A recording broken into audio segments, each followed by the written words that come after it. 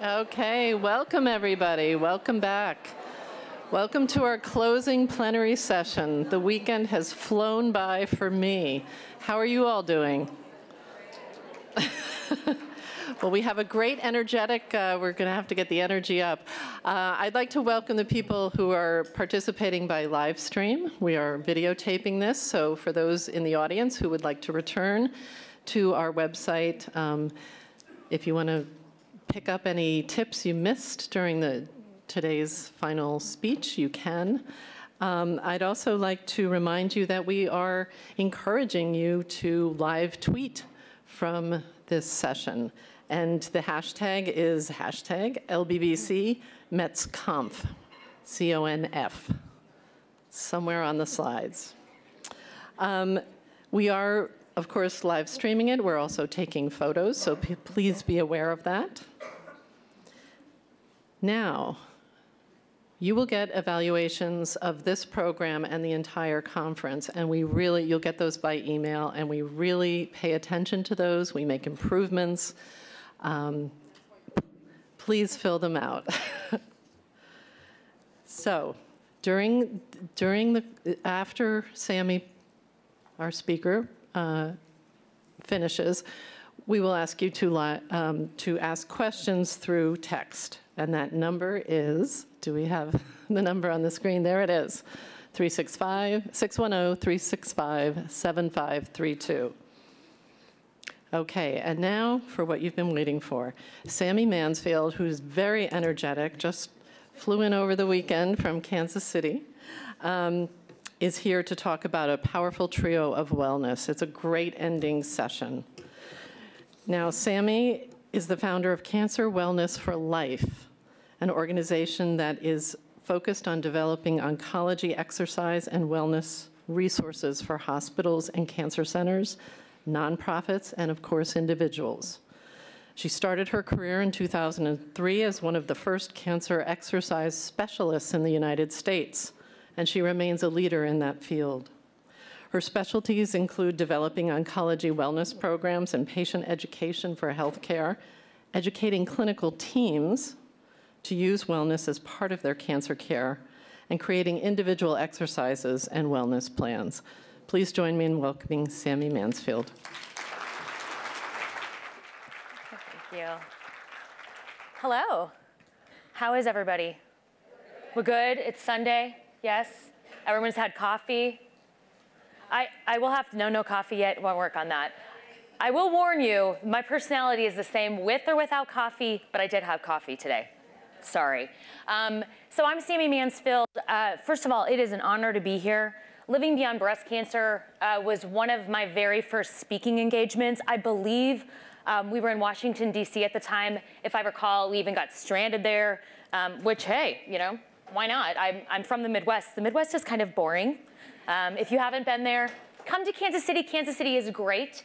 I was actually born and raised in North Dakota. If you have not been there, it would probably not be on your vacation suggestion list. However, one of the greatest things about growing up in North Dakota was that it taught me very early on that if you wanted to do something, you just kind of needed to do it. Because in North Dakota, there is not a lot of opportunities.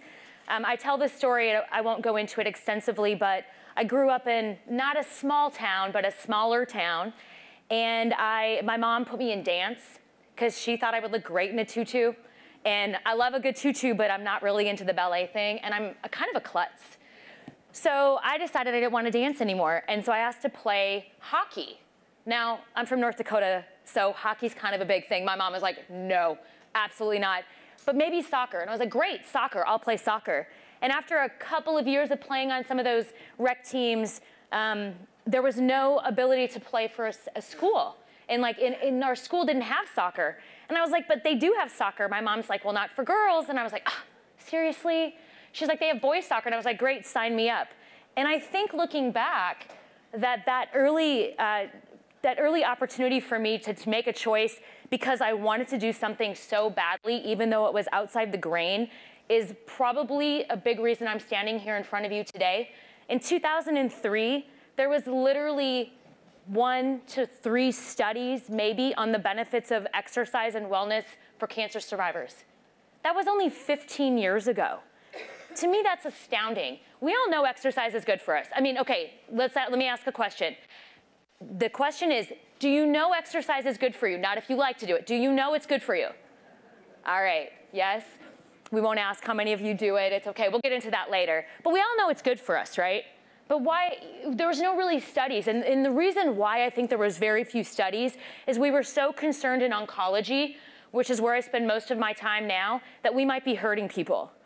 I don't know about you, but the chemotherapy, the radiation, the surgeries, and all the medications all have a lot of side effects, right? A lot. And exercise was one of those things that very early in my career, I would go meet with a doctor and I'd say, hey, I really would like your patient to exercise. And they'd look at me and they'd say, Sammy, they're really sick. And I was like, I get it. I know, because you make them sick, but let me help them feel better. It's probably why I'm so excited in my career. I get the fun stuff. And in 2003, again, there was no evidence, so it was a little bit of a harder sell. I spent about 7 years working in my own company and doing contract work with hospitals, and they would send me patients that were done with treatment a couple years out. Well, let's be honest, we're standing in a metastatic conference.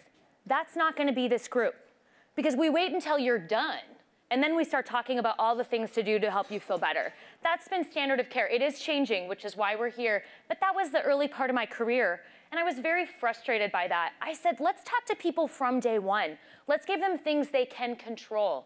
Let's focus on proactive strategies to reduce fatigue and improve sleep quality and anxiety and depression and teach them how to eat well. And so honestly, I was fortunate. I started working in a cancer center, a community-based cancer center, said, hey, come build us a wellness program. And at first I was like, I like my own thing. I don't know if I want to really work with you in this clinical, you guys make people sick. And I said, just give it a try. And so I did. And in 2010, I took my first step in the healthcare world side by side with doctors. And it completely changed my perspective that we really did have a lot of room for improvement and opportunities. And so I'm excited because of all of you. Because in the 15 years in my career and the thousands of people affected by cancer and their caregivers and family members, you all have taught me so much. I just carry the message. And I'm very passionate about this message, and I do have a lot of energy. I think it's wellness. We'll get into that here in a little bit too, but personally, I think 90% of why I get out of bed every day is because of all of you, because I want to carry your message. And so it's being motivated by being here and seeing that wellness now is a part of how we take care of our patients. I think that is absolutely one of the most important things in my career. And a year ago, I had the opportunity to go back into my own business and do consulting. It's a little different as a consultant. And honestly, now we have been able to really work with different things. We're starting a metastatic breast cancer trial in Kansas City in June using fitness. And really looking at the importance of using fitness for our patients. So I'm really excited about that. I won't go into all those details because you're here for other things.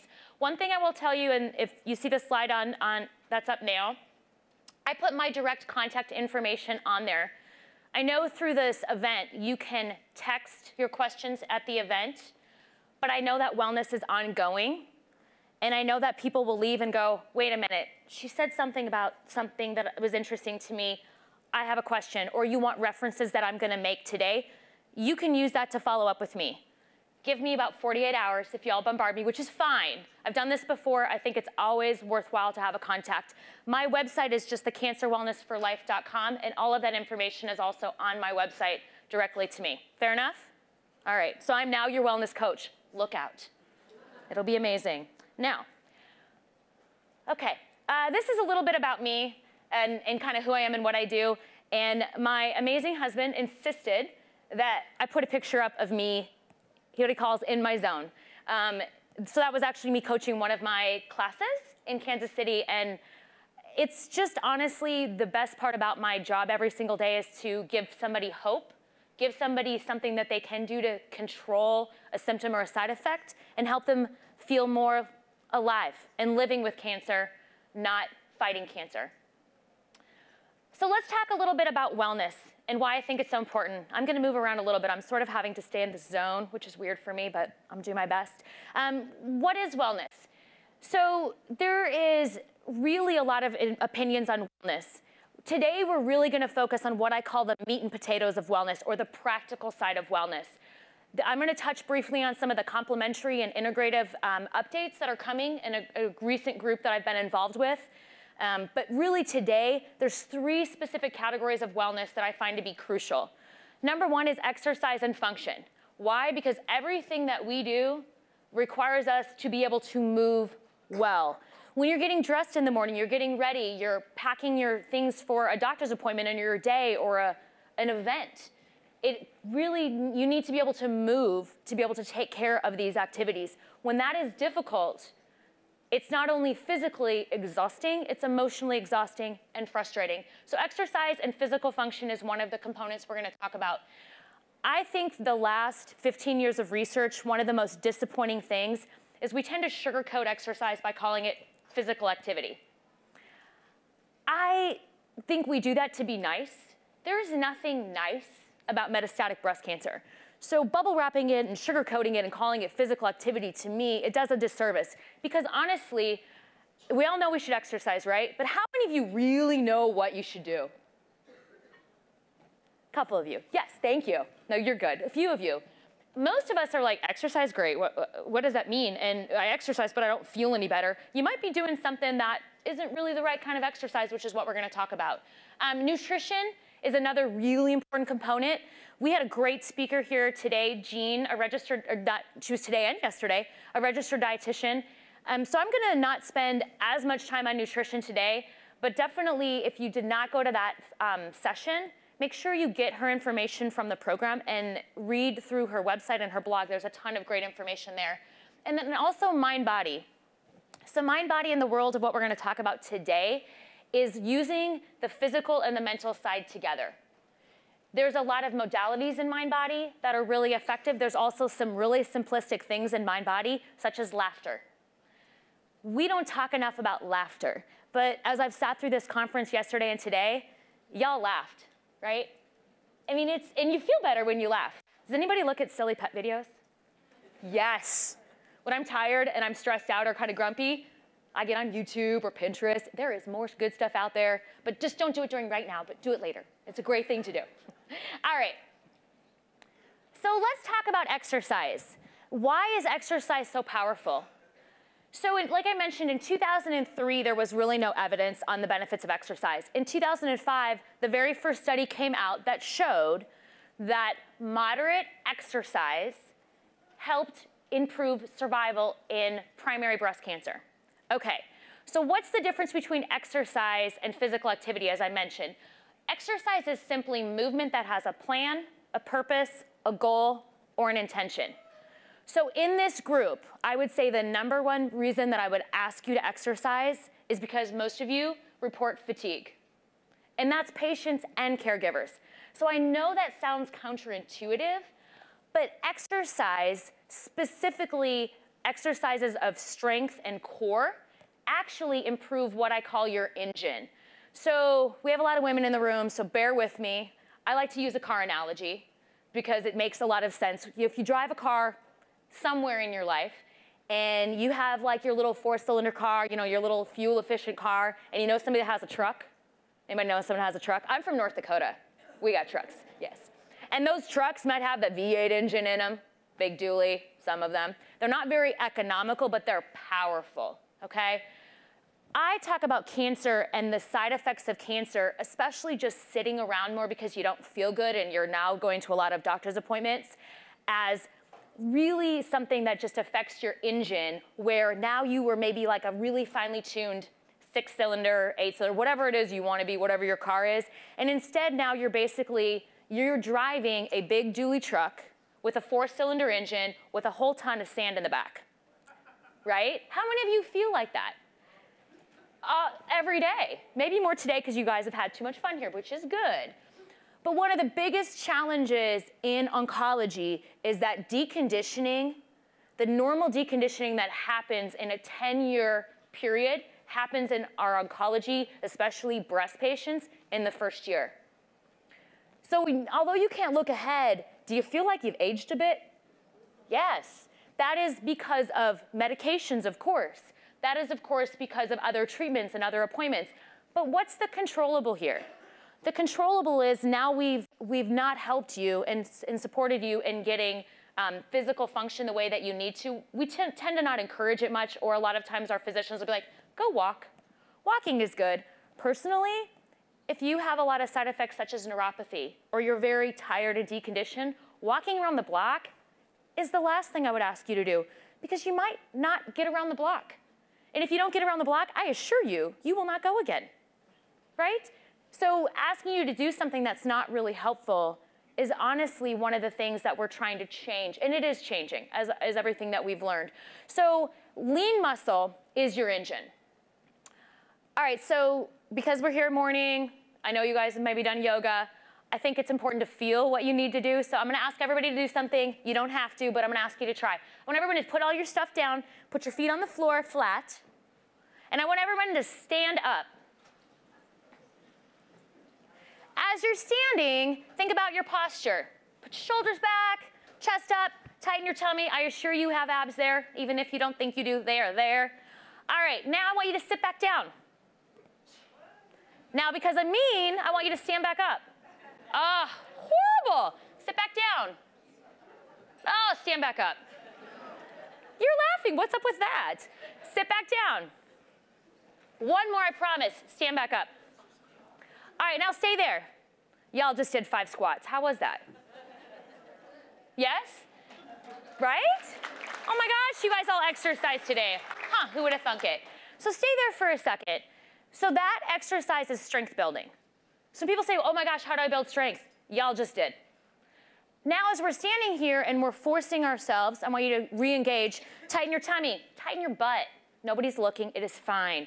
Pull your shoulders back. Okay, now you're engaging your core. Your core muscles are the muscles that you need to do absolutely everything from rolling over in bed, to picking up your cup of coffee, to smiling and waving at somebody. Why? Because you gotta sit upright. So now you all have exercised in 2 types of exercise. Give yourself a pat on the back and you can sit down. So I think we really do, we make exercise over complex. Would you think? So if people say to me, where should I start? I would actually have them start with simply what I call those sit-to-stands or chair sits. If they're too easy for you, you can add resistance. If you don't have weights at home, grab a milk jug. A full milk jug of water is 8 pounds. Right there, you're doing resistance training. Resistance training, which is strength and function, is actually the most important exercise to build your engine. And actually, research has put out a study just last year that exercise is the most effective way to treat fatigue in our cancer patients. Most effective in only equal to cognitive behavioral therapy. And actually, the article said that exercise should be recommended as a first-line approach, not any drugs that we give in the cancer center. So I think that's something to really think about. I think one of the most important reasons, or one of the greatest reasons that exercise feels good, is our body's made to move. And if you can just start to move a little bit at a time, you get blood flow, you get endorphins, you get oxygen, you start to feel a little bit just better. And rather than maybe taking a walk, try starting out with some of these things, like try to do sit-to-stands every single morning. It's a great way to exercise. Fair enough? Who's gonna try it? Oh, you guys are awesome. Of those of you that are like, oh, okay, I hate to exercise, but I'll give it a go. A couple of other reasons exercise is really so important. Pain and symptom management, I talked about fatigue. Also, last night in the side effects, there was a mention about the aromatase inhibitor joint pain. And there was a study that came out of the San Antonio Breast Cancer Symposium a couple of years ago. Actually, that study was walking and strengthening. And the reason why is most of that AI joint pain, or that estrogen deprivation joint pain, tends to be in the knees and the hips. In large part, it is definitely the medications, but also when you don't have a lot of muscle in the thighs, the hamstrings, the back of the leg, the glutes, then guess what happens to all that weight when you go to move? It goes in your joints. Your joints are having to take that brunt of that. People say, well, Sammy, I need to strengthen my knees. I'm sorry, you can't really strengthen joints. We strengthen muscles to support joints, but you really can't strengthen joints. So actually, that study showed that it was the combination of exercise modalities that made a big difference. So when you're starting to think about your exercise regimen, that's a great place to start. Hormone and metabolic changes. In this world, with our hormone of cancers. Let me move back over here. Kids don't move very far here in this stage. Sorry. Estrogen, when we shut estrogen down, it's to starve our cancer. The only other place that estrogen lives on your body, free circulating estrogen, is in body fat. So one of the reasons that I also would like people to do strengthening, you can't change muscle or can't change fat to muscle. I wish. If that was something you could do, I'd probably be on an island somewhere, but you can't.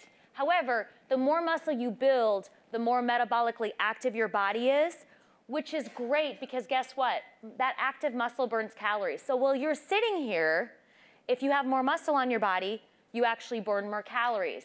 This is why men, no offense boys, you know how women, when we want to lose a little bit of weight, we have to skip the desserts, the wine, all those really things that we like to do for like a month to lose a pound, and men skip a dessert for like a day and they lose 3 pounds? It's annoying, isn't it? Yes, very true. The reason why is because men have more muscle on their body and they don't start losing muscle until about the age of 50. Women start losing at the age of 30. So if you haven't been doing any active resistance training and then you now are hit with a cancer diagnosis and you're less active, the muscle mass that you had was probably less than your active peers in the beginning and is now taking a bigger hit. It is another reason you're more tired. However, you can do something about it, and that's one of the biggest things about the message that I want to give you today.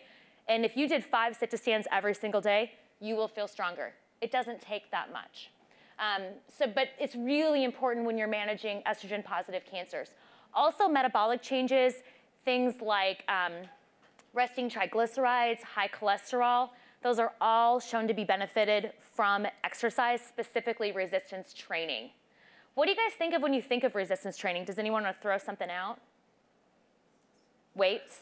Yes. Anybody else? Rubber bands, yes. Rubber bands? TRX? Body weight? Soup cans? Grocery shopping? Yes. Yes. Anything that creates muscle overload is resistance training. So if you did those sit-to-stands and you were like, oh, mama, my thighs are burning, you did resistance training.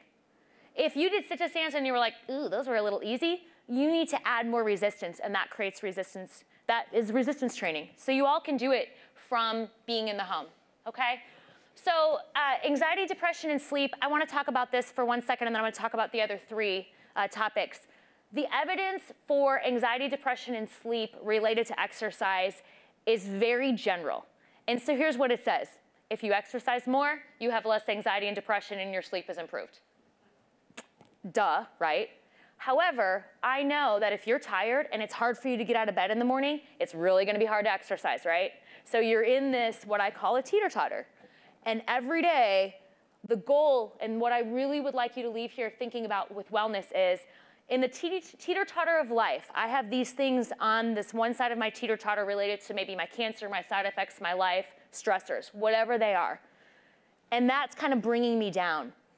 Every day I want you to think about, can I do something on the good side of my teeter-totter? So I'm feeling really overwhelmed right now. I don't really want to think about anything, so I'm going to do my 5 sit-to-stands. I'm going to walk a flight of my stairs. I'm going to watch funny animal videos. Whatever that is, I want you to think about this in your wellness teeter-totter, okay? But if there's something I can leave you with today, if you don't exercise, please start. You will feel better. You absolutely will. We don't have a lot of great evidence saying that for metastatic breast cancer, that we know exercise has improved survival. We're seeing it in colorectal cancer right now, which has some correlations to breast. We've actually seen improved survival. So although I don't have a study, I wish I did, but I don't. But I really still encourage you all to do it, okay? And I'm happy to share the colorectal one with you. So let me wrap up the exercise piece, and then we're going to try one more thing. There's 3 types of exercise. Strength and function, which you all just did. Core, y'all just did. And the last one is walking and daily activity. The reason walking and daily activity is on here is because it is the most recommended type of exercise. It's where most of the evidence is. The current recommendations are 150 to 225 minutes per week of moderate physical activity, okay? That's not right or wrong, but if all you do is walking, you're actually doing the same work to your body, you're reusing the same muscles and the same energy system as you do with your activities of daily living or all the things that you enjoy doing, okay? So the reason I tell you that is this. If you're already tired, walking is only gonna make you more tired. So if you've been walking and you're thinking, I really don't feel better other than I enjoy walking, that is because you're not building any muscle. So let's not take walking out, but take 6 to 8 weeks and prioritize strength and core. If you lie in bed and do a few sit-ups, you're actually doing core. If you lie in bed and you maybe like bring one leg up and down, you're doing core. You can do it from the bed. You can actually do it from your chair. You can do it from really anywhere. That was like a Dr. Seuss rhyme. I didn't plan that. But walking and daily activity is important, but should not be the priority of your exercise plan if fatigue is your #1 complaint. Fair enough? So how do you get in your exercise plan? Let's talk a little bit about this. So #1, you have to think about your goals. You also have to think about perhaps where your cancer is located. Those are always concerns. A lot of the pain that patients experience, specifically from bone pain, is actually one of the things that we worry about the most in exercise. So people say, well, I have bone metastasis. Should I do high impact? And my answer is, well, how do you define high impact? Honestly, if you're concerned about it and you're concerned about high impact from the start, you're not going to be running anyway. You would probably all leave this room if I asked you to run around the room, so we will not. But resistance training and creating intensity is 100% safe. So as an example, if I decided that you're all going to do squats, I gave everybody a set of 5 or 10 pound weights, and you had to take those 5 or 10 pound weights, not only to just sit and stand, but to pick them up from the floor and press overhead, you all would be breathing pretty heavy.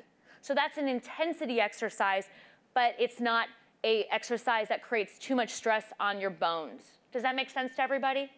So there's a lot of different things that you can do. So here's what I usually recommend. #1, start with your own body weight. If you haven't been exercising at all, we need to allow your joints and just your soft tissues to respond. Not only from like joint maybe stiffness, but also when you're starting to use muscles, you might find that there are some muscles that are a little bit less active. As an example, glutes. So remember I talked to you about squeezing your butt? My chiropractor friend told me I was telling her my low back's been really tight lately, and she looked at me, she goes, all right, when you fly tomorrow, she's like, here's what I want you to do. I want you to squeeze your right glute cheek, right butt cheek, and then your left one and alternate and do that 10 times. That is hard. You can try that here today, nobody will know. But it's really challenging, and she's like, Sami, your glutes are weak. I was like, what? I was like, I squat all the time. She's like, yes, but you also sit a lot too, which is true. I have to sit a lot for work because a lot of my stuff is on computer. So what happens when you sit? This whole thing, they get tired, they get weak. So it is important to start with chair-based exercises. However, I'd like you to get up and move if possible, okay? So start with your body weight. Work through your range of motion. Be able to sit and stand comfortably. If you can do that, you can now add resistance. The #1 way to exercise to manage your fatigue is chair-based exercise. Because why? You're taking out the center energy system. It's just easier. You're not carrying the full body weight. You can just use your arms and your legs and get stronger and then add your full body. Posture and core. Everything that you do, right even now, you're using several muscles of your core group. If you didn't have any core muscle, y'all flop forward on the table. So you are using them.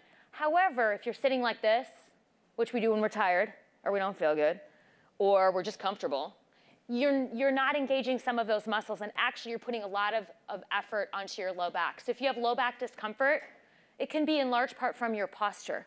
So this is something that you can start to do just sitting up straight, doing exercises on a regular basis to build those muscles. Sit up straight is the best way to go. Try it on your way home, whatever your mode of transportation is. Just try sitting up straight. Make yourself do it for 5 minutes. And then don't text me because you'll hate me. Well, you can text me. I'll text you back. I'll smiley face it. So what is for exercise? So again, current recommendations. We're 150 minutes per week of moderate or 75 minutes per week of vigorous. Now, the current recommendations, this is for cancer survivors. The current recommendations as of the last 2 years now include strength training.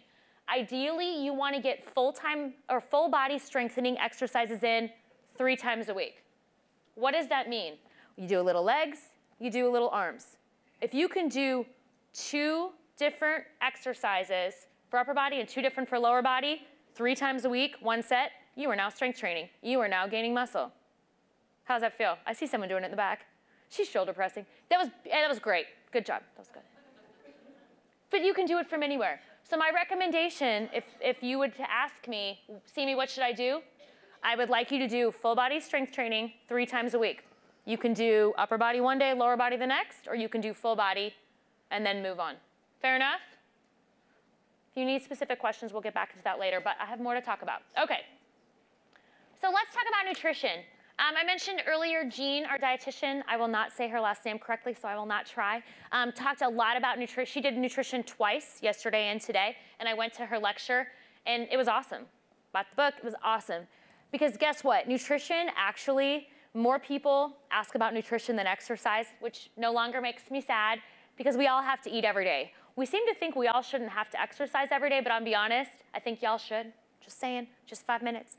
But nutrition itself is really the most #1 asked about question, and also what I find to be the most confusing and frustrating. So is there a cancer diet? No. I kind of wish there was, but honestly, I think food is also a lot of enjoyment. Yes. Is that because I wish there was? No. Thank you. There is no cancer diet. There's not. The role of sugar, I call it the great sugar debate, is the #1 most asked about question. Jean talked about it yesterday, and I want to reiterate that.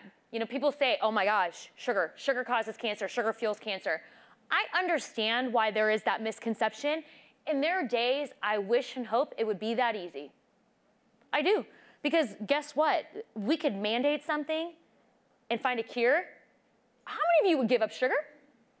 Yeah, but it's not. So don't beat yourself up when you eat sugar. Enjoy what you enjoy, but understand that the thing about sugar that is actually the most important to know is when you eat too much processed sugars, you don't feel very good.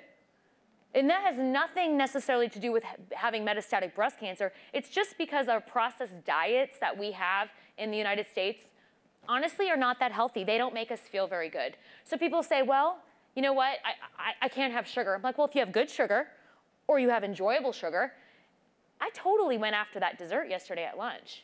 I didn't eat the whole thing, but I was like, chocolate? I know my eyes lit up. Because guess what? I like myself some good sugar too.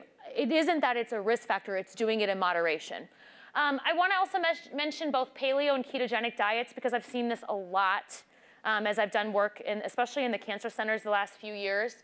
So paleo diet, just in summary, is a no gluten, no dairy diet. And people ask me all the time, should I do paleo? Ketogenic is a very, very low carb diet. It's kind of the new version of Atkins. Should I do keto? Here is my comment back to that. If a food group bothers you, such as gluten or dairy, you think it does, try taking it out. I personally have found that dairy and I, not good friends. But I love cheese. And so sometimes I have cheese. Sometimes I pay the price. But I found I feel better when I don't have dairy. Does it mean that I 100% follow paleo? No. But to me, sometimes it's nice where you can go online and find a shopping list of just foods that you can take to the grocery store and have some parameters. A lot of these diets actually have good resources online. Where we get kind of confused and not certain is how do they relate to cancer? You are who you are. It doesn't matter about the cancer. If you find that you like certain foods and they don't fit into a particular diet, as an example, some people love carbs, okay? I'm not against carbs at all. I do encourage healthier carbs, but to me, skipping a sweet potato because it's carbs, but you love sweet potato and it's healthy, is more insane than so many things that we worry about. You know, people say, oh gosh, you know, kale. My neighbor told me I should eat kale, but I hate kale. Don't eat kale. My husband hates vegetables, Not true. He eats 2. They have to be super well cooked. It's like asparagus if it's burnt, right? And some really well roasted Brussels sprouts, but they gotta be fresh, right? Okay?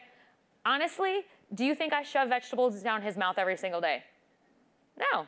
I try, I'm like, well, if you don't like them, I mean, why would I give them to you, right? So again, it's just because we hear something doesn't mean that we should always follow it. If you like these types of diet plans and they work for you, paleo works really well for our family, and that's sort of the general thing that we do. But if I take carbs away from my husband or a 16-year-old, I need to move out. They need more carbs, etc. So that's actually why I wanted to mention those diets. Ketogenic is being started to, is used sometimes in brain cancer, mostly primary brain cancer, because it's shown a lot of benefit in things like epilepsy. So here's what I tell everybody. Talk to a dietitian, talk to your oncology team, kind of take a look at it. If it's something that you see modifications that are helpful or a recipe that's helpful, great. But understand, there is no cancer diet. But if we could find one, I'm on that team. Fair enough? Cancer protective, this is really going back to what Jean said, just having foods that are nutritious.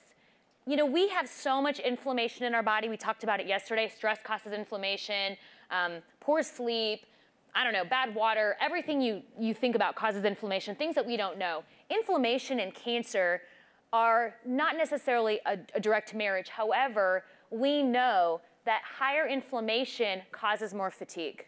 So here's what I know. If you have a lot of inflammation through things like poor nutrition, you will have additionally more fatigue. So it's something that nutrition is actually a really important component. Jean talked about this yesterday, so I'm going to kind of brief through this. Mediterranean diet, it's nice to know when you come to a conference with a speaker you don't know, we're on the same page. She reiterated, and I want to reiterate, it is the, oh gosh, is Jean here? I thought I saw her. It's the real Mediterranean diet, not the Olive Garden diet. Yes. I was like, oh yes, that's the way to talk about it. So this is actually the most evidence-based nutrition plan in oncology across the board. I think a couple things that are really important about this, daily exercise, and also the last thing, eat with family or friends. It bothers me greatly when you go to a restaurant and everyone's on their phone, right? It makes me sad because food should be enjoyment. And I think that is one of the challenges with food, is we don't enjoy it the way that we used to. We're stressed, we don't really know how to cook, we're too busy to cook, we're too tired to cook. But if you can, one of the most important components is eating with family or friends or being social. So I don't want you to be like, oh my gosh, I can never have sugar, because I really like going out with this group of people and having a glass of wine. Do it. Mediterranean diet says you can. You can just use that, okay? So a couple other brief things with nutrition. Number one is leveraging your good macros or nutrients. Protein is a really important component. I'm not going to go really in depth, but if I'm asking you to exercise, the fuel for your muscles is protein. So most of us really struggle with protein. So I would really encourage you to look at your diet. You might even need to use like a MyFitnessPal and track, but make sure you are getting adequate protein. Women in the cancer world that have been patients, all disease types across the board, tend to be 30% lower in their protein intake. So what happens is that if you're eating less of the good stuff, you tend to be maybe filling it with the stuff that's not so good. Protein also helps you not feel hungry, and it's a great fuel for those muscles and those joints, so make sure you have adequate protein. Also, 80-20 eating. What does that mean? 80% of the time, do good. Make good choices. You know what they are. You know when you look at something on your plate and you're like, ugh, maybe I shouldn't eat that? You know what that means. But 20% of the time, go for the brownie. I do. It's great. Go for the brownie. Give you energy. Give you energy. All right. So let's talk about mind-body. What is mind-body? Traditionally, mind-body is known as anything that puts the body and the mind together. So the most evidence-based component are actually going to be the ones that are on the list minus laughter. I just put that up there because I think it's super important. But yoga. We did yoga this morning, okay, which is awesome. It's an amazing exercise. It's been studied. It shows improvement in sleep, pain, fatigue, inflammation, cognitive, you name it. It's an amazing component of exercise, and it uses the body and mind together.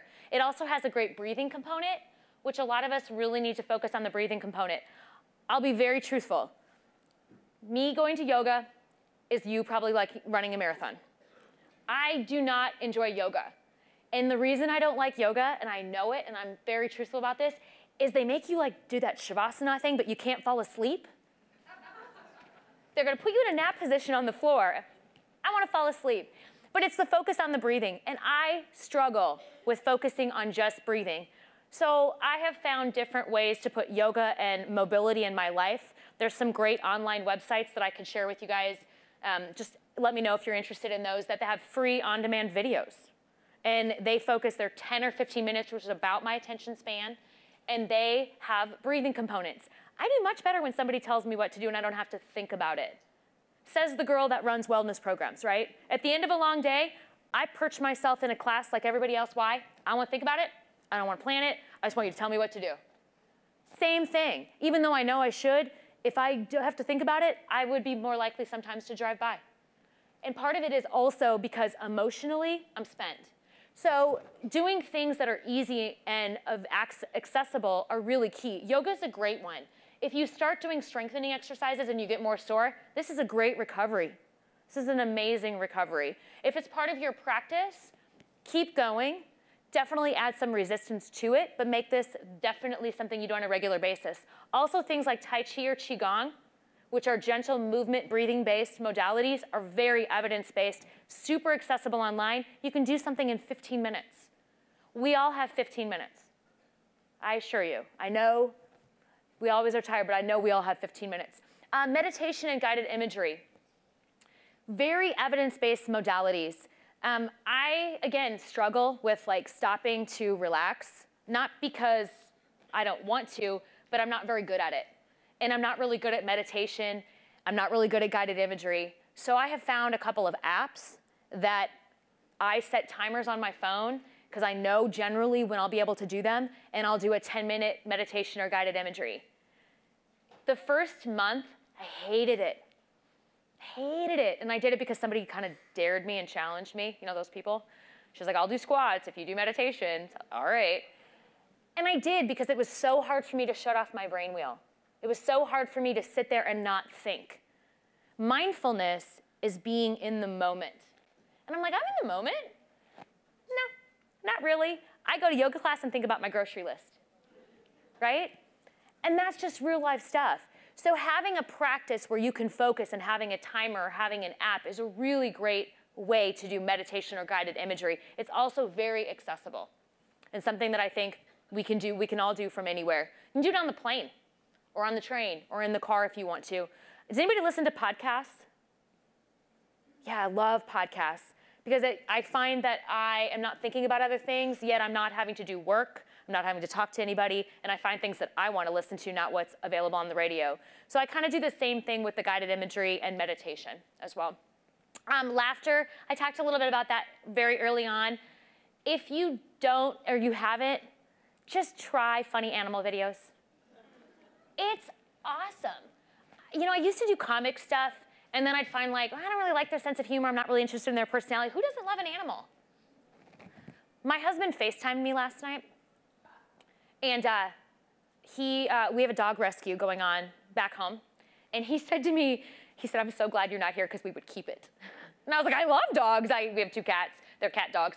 But I love dogs because they're just funny. And they every single time you walk in the door, they're like, oh my gosh, where have you been? It's only been 3 minutes. And they make you smile and laugh, and that's such an important thing in life. But there are also a lot of responsibilities. So when in doubt, dog video or cat videos if you're cat people. I'm actually both. A couple of other things that I want to talk about with some implementation, and we're going to practice this one today, is something that is known as box breathing. So this is the meditation practice that I have fallen in love with. And one of the reasons why is it's simple and it's not too much to remember. So here's what I want everybody to do. Just if you have something in your hand, just put it down where you're not distracted by it. It doesn't matter. You don't have to put it down completely. And we're going to do a breath series. We're going to inhale for 4 counts, hold for 4 counts, exhale for 4, and hold for 4. Everyone game? All right. Just because it's me standing up here, I would like everyone please to sit up straight. Yes, thank you. I think it helps. All right, here we go. So we're going to inhale for 4, 3, 2, 1. Hold 4, 3, 2, 1. Exhale 4, 3, 2, 1. Again, inhale, 4, 3, 2, 1. Hold, 4, 3, 2, 1. Exhale, 4, 3, 2, 1. And hold, 4, 3, 2, and 1. Just one more time. Inhale, 4, 3, 2, 1. Hold, 4, 3, 2, 1. Exhale, 4, 3, 2, 1. And hold, 4, 3, 2, and 1. Half of you were smiling. It's good. Do you feel any better? Just, at the very least, it wasn't another set of squats, so most of you probably were happy. Why box breathing is helpful? There's a couple of different types of breathing. I heard about one yesterday during side effects that has a different number mechanism. I get confused. Which one? 4-7-8 or 4-8-7. Yes. And it's great and super evidence-based. And then I'm like, wait, what am I on? Like, if I go to the gym and we do rounds of something, like I need poker chips, you know? I don't have chemo brain. And so I just tell people, I don't have an excuse. It's just hard to count and keep track. So I like box breathing. It's used a little more in the sports world for mindfulness. So what happens is that it has an effect on your central nervous system. So if you're always feeling stressed, you're always feeling wired, you're always feeling a little intense, which I think is pretty common in this world, okay?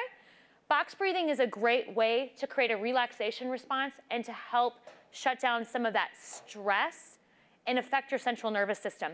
I also like it because I think the numbers are the same. It's simple, and you can do it from anywhere. So this is kind of the piece that I've gotten into. Again, now that I've done it for a while, I enjoy it, but I'm like, wait, where am I? Am I exhaling? Am I inhaling? I had to really focus while I was up here doing it for you today. So remember, we're human. You get off, you get back on, but it's a great, simple thing to do for mind-body. Meditation, I talked about that, and that actually goes into doing a couple of things. Meditation environment, social, online, and apps, to me, all go together. It's why they're in the wheel. The box breathing was just a practice. Meditation practices can be as simple as going outside and sitting outside. It is beautiful today, so thank you for coming in and hanging out with me, because it's gorgeous. Sitting outside when the sun is shining is a different form of meditation for some. Sometimes walking your dog or doing something in your yard is a great form of meditation. It also gets you into an environment. If you're doing something with a friend, it can be social. It's really important to think about your environment. And so I put these two together because here's the thing. We live in a really negative world that's very social media driven, and I love social media when it's used correctly. But for some reason, people think that when you're on social media, it's okay to be mean. And if you're behind a phone, it's okay to be mean. And for some reason, we say different things probably now than we never used to. So I look at your circle also like your bubble and think about who's in your bubble. And if there are people in your bubble that maybe shouldn't be or that are not helping you with maybe your wellness behaviors, I would put them out of your bubble, for sure. It's something that's really important to our emotional well-being. One of the talks that I went to yesterday really reiterated the power and the encouragement of saying no. And I was telling Amy earlier from LBBC that I just did that. Somebody was like, oh my gosh, I want to take you to coffee. I want to hear about your career. I'd love to get into doing what you're doing. Do you have time next week? And I was like, I really don't. And the reason why is if I have an hour, I'm going to do something for me, because that then allows me to help you. So sorry, you can call me. If I answer, great. But at the end of the day, I want to spend my energy as I want you to spend your energy on things that are most important for you. So mind body is also your environment. Online and apps, I'm not going to get into a tremendous amount of these, but if you are looking for specific resources, I have a lot of resources. You're welcome to reach out and ask me for them of different resources for mind body. I think one of the biggest things that people get in the mistake with mind body is that it's all about your attitude. And you know what? Sure, it's great having a good attitude, but when you walk into a doctor's appointment and you're faced with 100% bad news, how do you have a good attitude? You don't. So being positive or just focusing on, living in the moment isn't always and honestly, I would argue is not the right way to go. Instead, I would encourage you to use wellness strategies, which are proactive behaviors to help yourself adjust, cope, manage, beat out some anger, whatever it is you want to do is definitely the strategy that I would go after. So I don't have anything in here about emotional well-being in that aspect of mind, body, and that's really why. All right, I do want to talk for a minute about the complementary modalities. So recently, Society of Integrative Oncology, if you're familiar with that group, they focus on evidence-based practices in oncology, predominantly on the complementary modalities, which in large part are the ones that are not reimbursed by insurance. To me, that's sometimes the easiest way to make a line.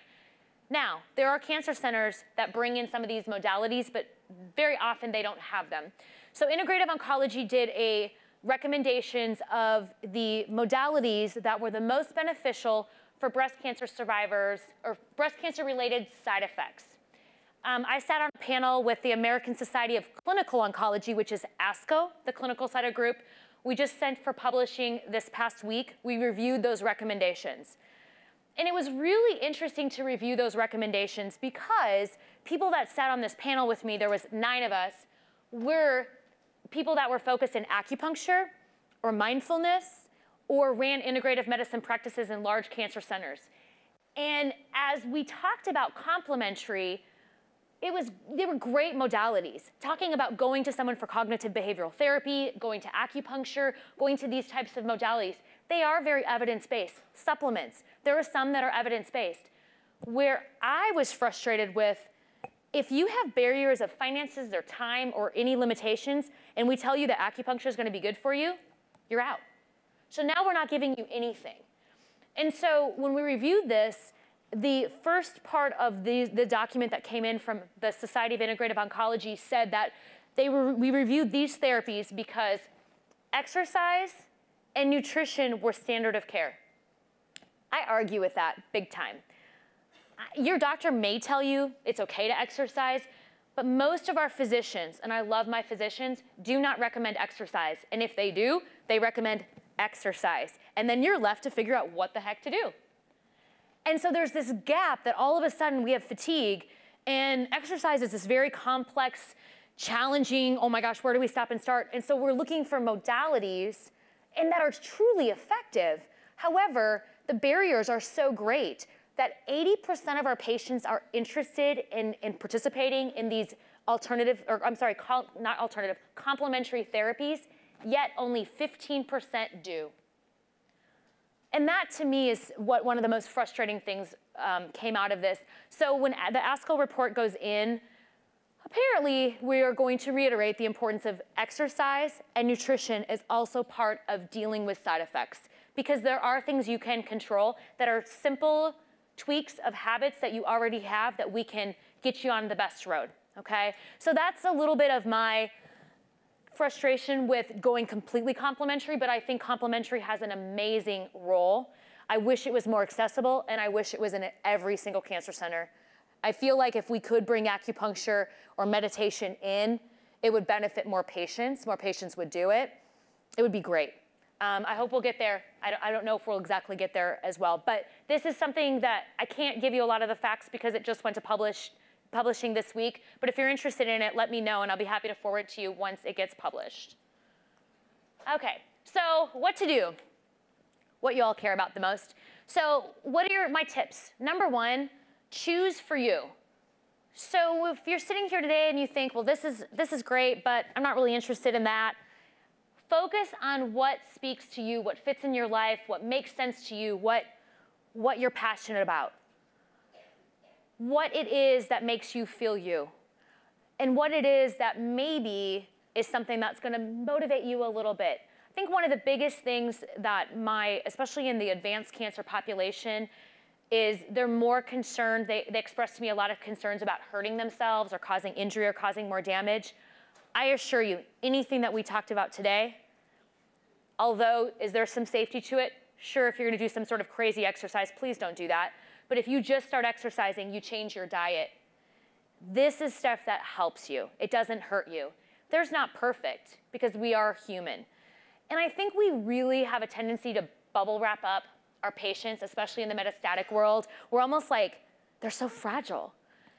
I don't know about you, but if you look around this room, I see a lot of like superhero type people with capes.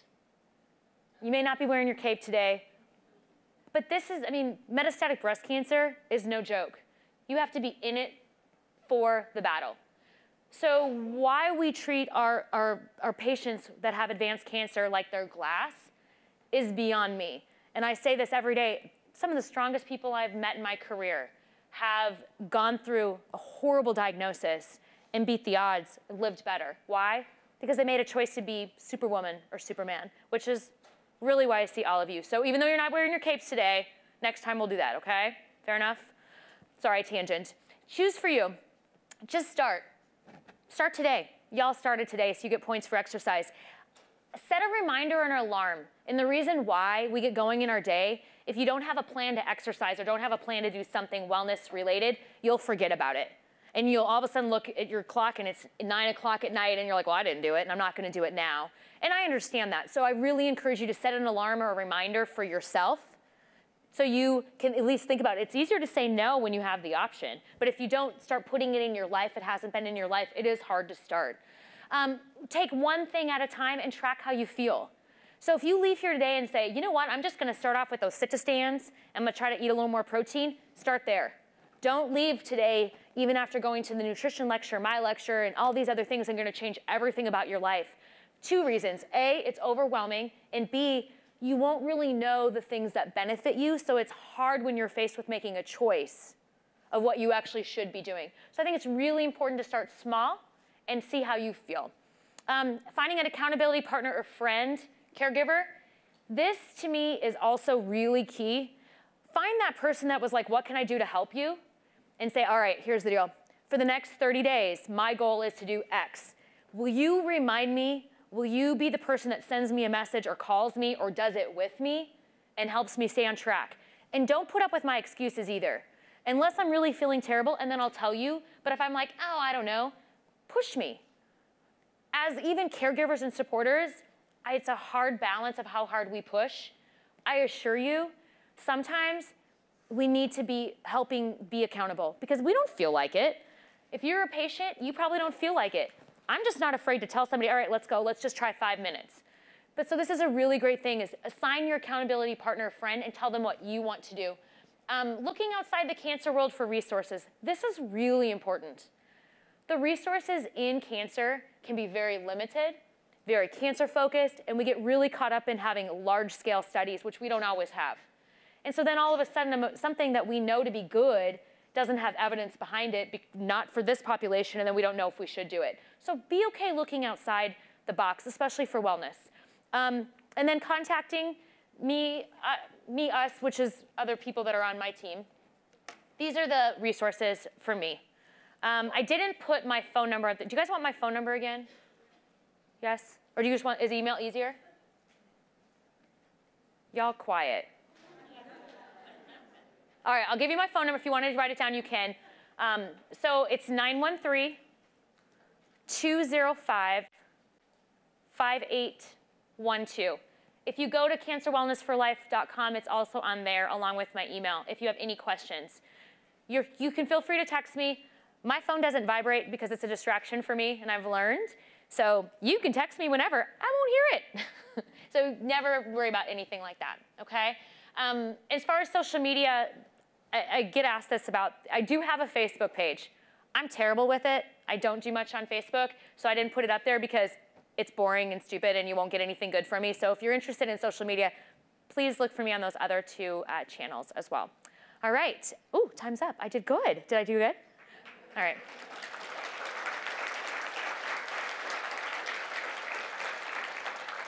You all did really good in squats, by the way. I don't know if you guys were impressed. I was super impressed, so good job on that. So thank you. All right. All right. Here we go. Thank you. So we have some questions already. Okay. And please, if we could put the slide up, there we go. Thank you. So is there a database of online resources where there are certified cancer exercise trainers? Certainly. There is, the main online database is through American Council of Sports Medicine, ACSM. There is a certification for a cancer exercise specialist. I lean on that one. There is another one that's out there that you can just do an at-home study that requires no practical experience. And well, for some people that's okay. In large part, I think a lot of it is having hands-on experience. So I would go to ACSM, and you can find someone in your area as well. And you can do some Google searches. Sadly, there's probably less than 100 of me in our country, which I find somewhat discouraging. ACSM is actually having a big meeting where we're talking about metastatic cancer recommendations, and there's a very large cancer focus. So if you stay tuned, I think we'll have more certified professionals. We have a question that's specific to lymphedema Yes. and exercise programs like CrossFit or boot camp style Yes. Great question. programs. But could you also address lymphedema? Yes. So here's what's interesting about lymphedema. In Kansas City at the hospitals, the main hospitals we work at, we actually just changed the recommendations for lymphedema. So originally it was, when I started my career 15 years ago, never lift more than 10 pounds. Now we have said, and then there was always have to wear a compression garment. So the recommendations have changed actually as of 2016, I believe, and I could send this. So two things. If you are at risk of lymphedema, okay, if you are only at risk, which is axillary node dissection, radiation, now taxane-based chemotherapy is a new risk factor, sorry for that, but it's true, and a high body fat composition that creates risk for lymphedema. If you are at risk only, you no longer need to wear a compression garment to fly or exercise. If you have lymphedema, it is recommended that you do both, okay? So that's number one.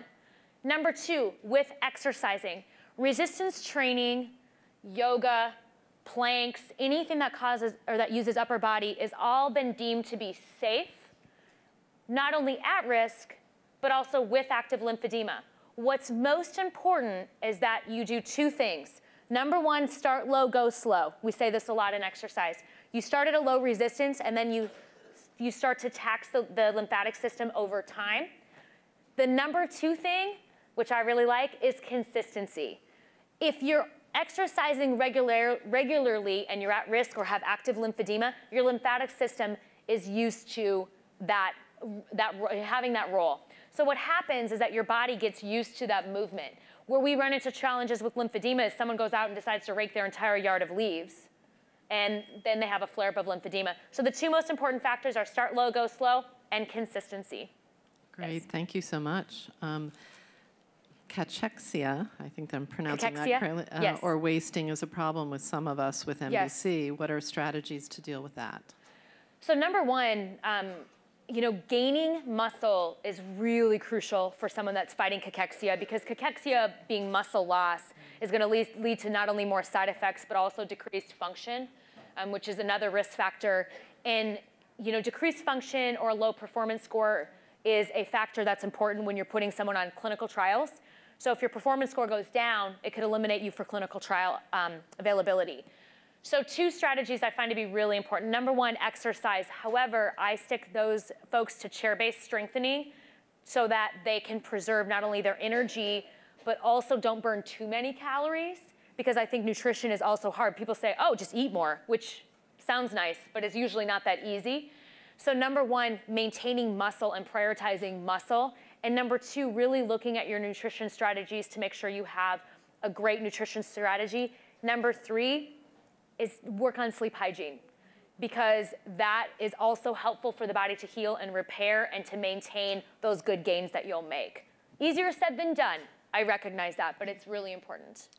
We do have a quick clarifying question. Oh, yes. Can you clarify what you said about taxanes and lymphedema? The taxane. So that was new as of last summer. That risk factors for lymphedema from a medical oncology side, had only been due to radiation oncology. And last year, it was reported actually at, I believe it was like the American College of Breast Surgeons. I could find that if that person wants to reach out to me.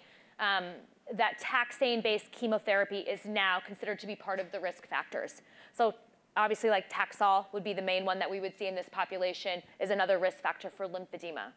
Okay? So rather than it used to be 3, it is now 4. But we're taking off some of the barriers, so yeah. And honestly, you'll go back to your oncologists and your medical centers, and very few centers are starting to make these changes. We're just starting to see that. So if you need evidence, anybody, to take that in, please let me know and I can give you the documented evidence. Great, thank you. One person writes that she was very active prior to diagnosis and wanted to get back into fitness, but she had very severe hand-foot syndrome from treatment and making her hands and feet, you know, using them very challenging. Yes. What kind of weight or resistance training could she do that won't exacerbate her pain?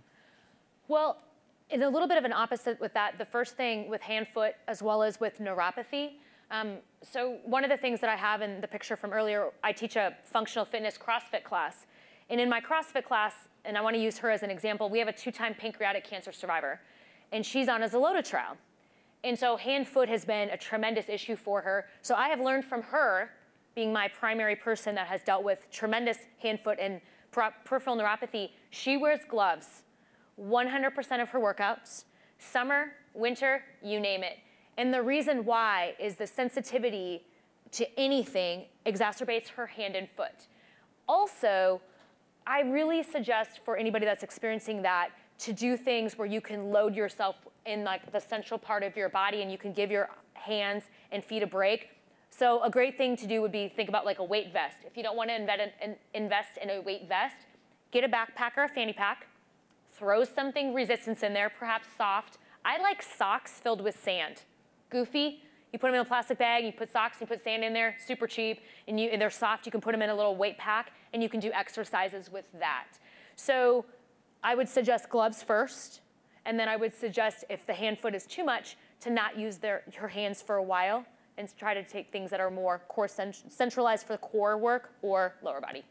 Yeah. Okay, someone gives a shout out to the sit and be fit and chair dancing regimes. Yes. There's some great resources online, you guys, and there's awesome stuff that's out there, so that's a great one. Good shout out. Okay. How do you lose weight in the waist area, someone asks? Oh, big question. So 2 things. So remember I made that comment earlier about aging 10 years? So what happens, so there's 2 things. Aging 10 years, as we age, we tend to gain weight in the waist because that's where we tend to store with the aging process. Also, when the hormonal changes that happen in this population, especially in our estrogen, progesterone positive patients, we change your hormones into more masculine hormones. So what happens, you gain weight in more masculine areas. True fact. How you change it, seriously, the best way to change it is going back to doing resistance training, build muscle. The more muscle you have, the higher your metabolism is. Also, resistance training does help with a lot of that visceral abdominal fat gain, okay? Secondly, nutrition and making sure you take a look at your nutrition. And there is no perfect nutrition plan or just general nutrition plan, so it's important to really meet with somebody and sit down with somebody that understands that. But truly, the exercise piece for most people is where I think more the magic's at. Because while you're sitting here today, if you have more muscle, not only do you feel better, you have more energy, your metabolism is going. Which is why sometimes you feel sluggish because your metabolism is really low, okay? So it really does make a big difference for the middle area. Okay, we have a couple shout outs for the Livestrong programs and local YMCAs. Yep. And I think we just really have one last question. Is the exercise and MET study that you're doing limited to patients, to METS patients in Kansas City, or is it open across the country? Great question. So I do want to comment to the why. If you don't know about the YMCAs do have a program called Livestrong. It's a 12-week, usually twice a week, cancer exercise program. And it's typically free. The ones in Kansas City actually come with a family membership for 12 weeks. In addition, because of the changes with Livestrong as a foundation, many YMCAs have gone out on their own and maybe gotten rid of the Livestrong name for personal preference and decided to fund them on their own. So don't always lean on just looking for Livestrong. You can also look in your local areas to see what other cancer programs that might have come from that model, because that model has changed. Those programs are definitely a great starting point, and they're a great community. So I wanted to reiterate that. So going to my clinical trial, one of the reasons I left my role in working at a hospital was because I was seeing patients in clinical practice only. So that would mean if you came into the cancer center and you were like, I have questions on exercise, you would get a referral to me. And I loved that. And I did that for a couple of years. But what I realized one day, I was seeing about 15 patients on a busy day. And at one of our larger sites, there were 400 plus people walking in the door. And that bothered me to no end because I was like, what about them? Is anybody telling them anything? Do they have information? Doctor's like, no, we just send them to you. And it was one more appointment, even though there wasn't a bill. So my mission now, and has been for the last year, is to create more opportunities through a couple of different ways so that this research and this evidence can be more accessible. So the clinical trial we're starting in Kansas City is with one hospital. And it is a 12-week program where we're gathering data on safety and efficacy because the only clinical trial with exercise and metastatic breast cancer was done by Dana-Farber a few years ago. It was a large study. It was 200 plus people. However, it showed no benefit for exercise on health-related quality of life. And I was like, what? And the reason why is that study only did walking. They did a little pool work, but it was only walking. And health-related quality of life with metastatic breast cancer is not the right questions. And so we've really focused on what I've been doing the last year in the functional fitness world, which is in a CrossFit gym. It gets a little wild, but it's a fun time, is to do the functional fitness side of things. And so that my goal is to take that evidence and be able to make that more accessible to everybody. I can certainly share some of the exercises that we have found to be very safe and effective as we roll that on. I know trials take forever, but so my short answer is no, but my future answer would be yes. Okay. Well, please join me in thanking Sammy for a great presentation. Thank you all. This has been awesome. I do also have my business cards here if anybody would want those. Just stop over by the table where the ladies are, and they're right beside, they're right there. Okay, yes. we've got them. Thanks, everybody. Have an awesome, safe travels home. Thank you. I want to really say thank you for coming this weekend. I hope you enjoyed Philadelphia. I want to close with a quote, other than please do those evaluations. Let me nag you, do some gentle nagging.